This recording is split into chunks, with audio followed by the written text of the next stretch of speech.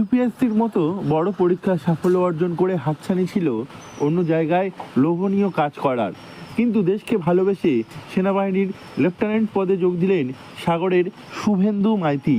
24 বছর বয়সে ভারতীয় সেনাবাহিনীর লেফটেন্যান্ট হয়েছেন সাগরের শুভেন্দু মাইতি। তিনি সাগরের হরিণবাড়ির বাসিন্দা। ঘরের ছেলে লেফটেন্যান্ট হয়েছে, এই খবরে খুশির হাওয়া বইছে হরিণবাড়িতে। আমার ছেলের এই সার্ভিসে যাওয়ার জন্য আমি খুব গর্বিত। আর এই সার্ভিসে যাওয়ার আগে পেছনে আমার বাড়িতে প্রচুর হাত আছে, তাই আমার বাড়িতে আমাকে বাইরে পাঠিয়েছিল, তা আমার ছেলেটাকে আমি এত দূর পাঠাতে পেরেছি, আমি তার জন্য প্রচুর খুশি। কাল বাড়ি আসার পরে, সাগরে আসার পরে দেখলাম মানুষের যে উৎসাহ, সেটা আমি প্রথমে ভাবতে পারছিলাম যে এতটা উৎসাহ পাবো আমরা, কিন্তু আমি ওদের উৎসাহ দেখে খুব খুশি হয়েছি। বা আমার বাড়ির সবাই যে হেল্পফুল করেছে এতটা।